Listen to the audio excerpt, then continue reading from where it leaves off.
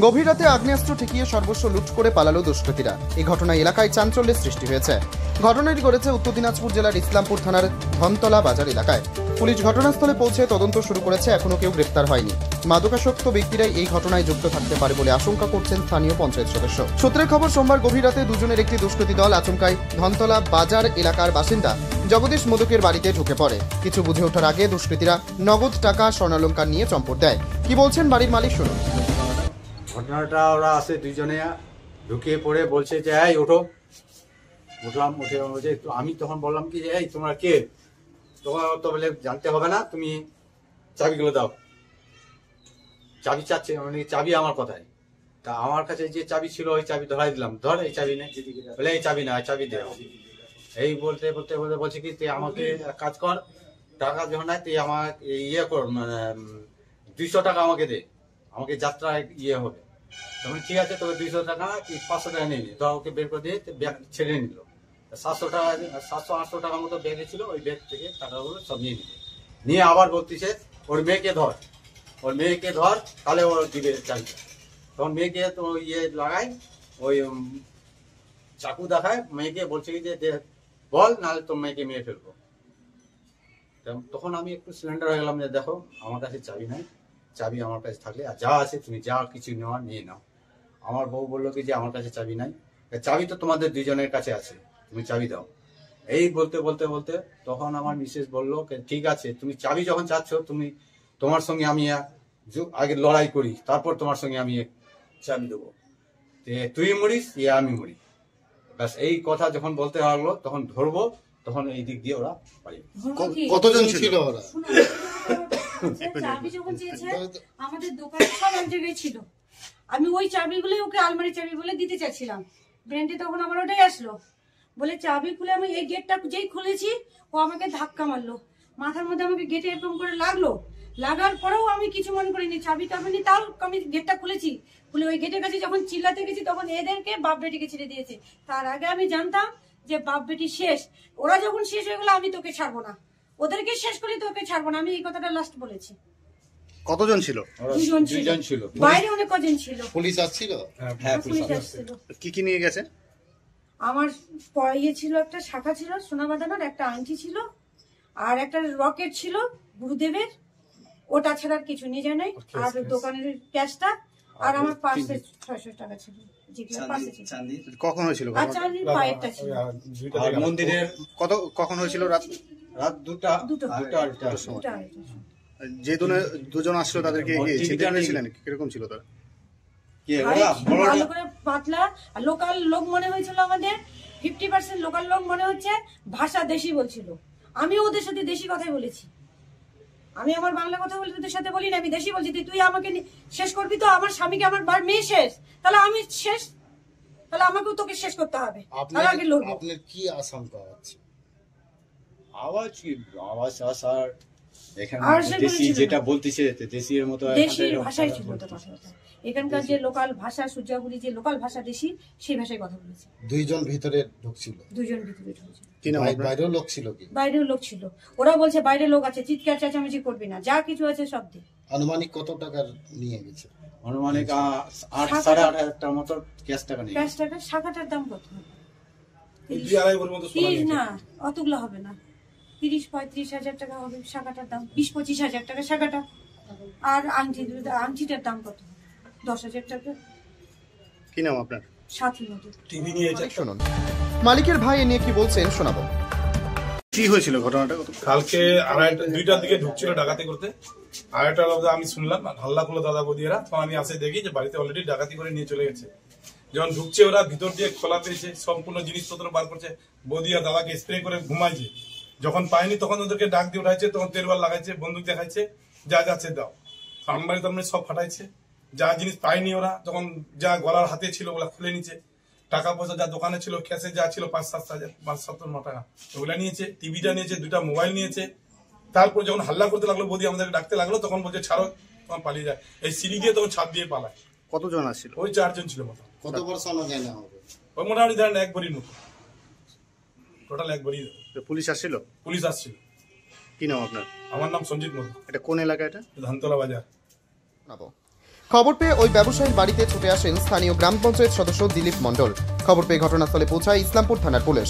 পঞ্চায়েত সদস্য দিলীপ মণ্ডলের অভিযোগ, এলাকায় নেশাগ্রস্ত ব্যক্তিদের বারবারন্ত হওয়ায় এ ধরনের চুরির ঘটনা ঘটছে।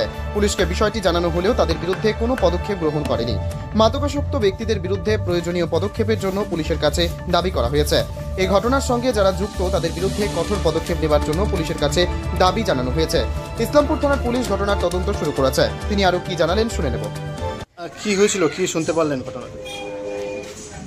আমাদের এই বাজারটার মধ্যে স্মোক পার্টি, দারু পার্টির আড্ডাখানা হয়েছে বিভিন্ন জায়গায়।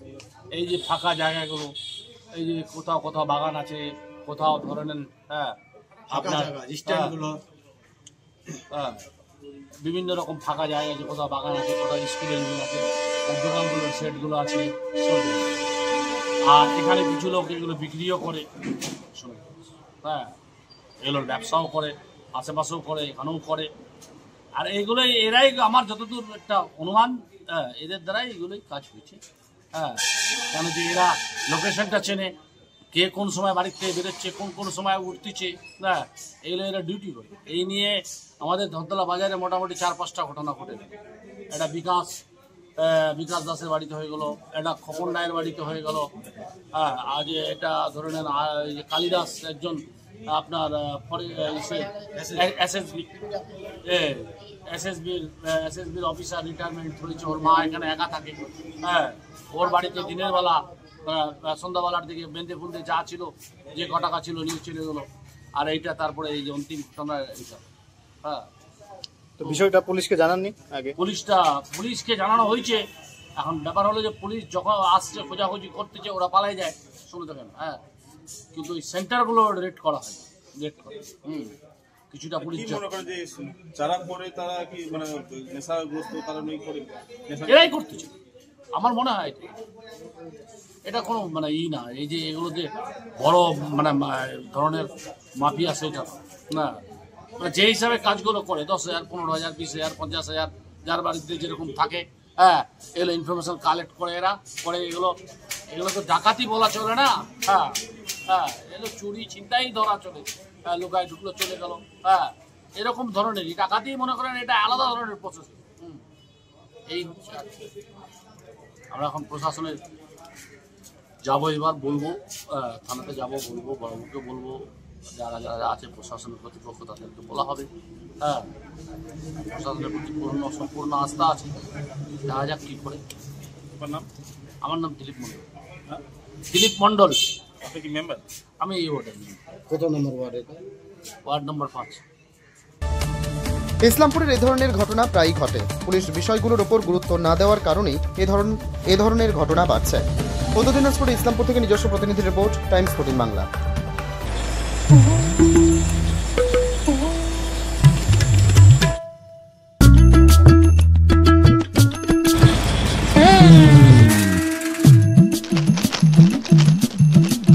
এবারে গরমের হাত থেকে বাঁচতে রিলায়েন্স ডিজিটাল থেকে নিজের জন্য একটি এসি নিয়ে আসুন শুধুমাত্র 1 টাকায়।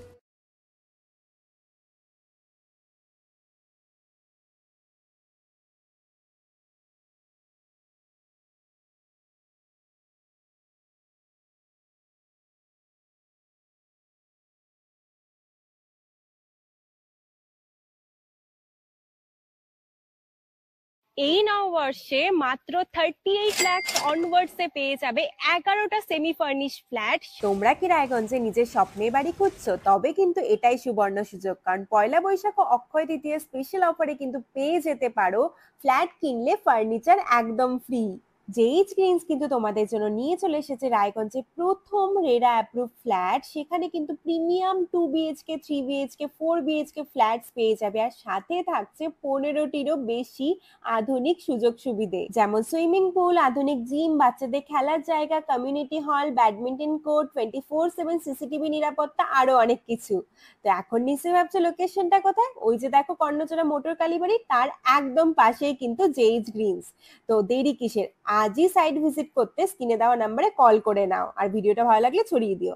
আপনি কি কিডনির রোগে ভুগছেন? তাহলে আর দেরি না করে আজই আসুন আপনার এলাকার একমাত্র বিশ্বস্ত প্রতিষ্ঠান জীবন রেখাতে।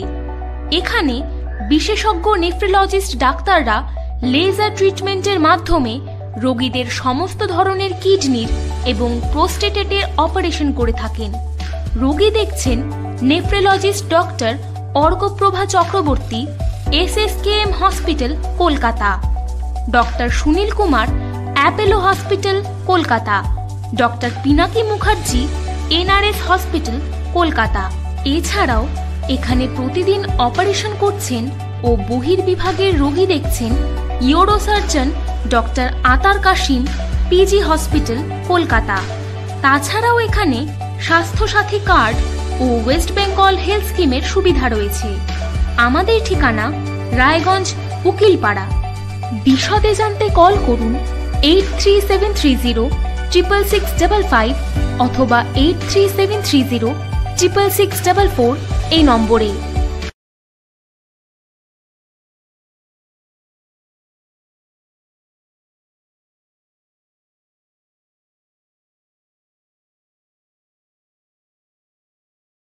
আপনি কি চাকরি পরীক্ষার্থী?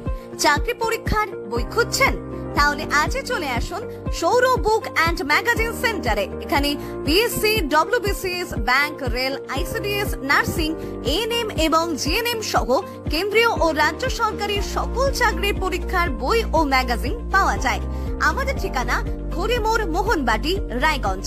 বিস্তারিত জানতে যোগাযোগ করুন 9002904090 অথবা 9434347016।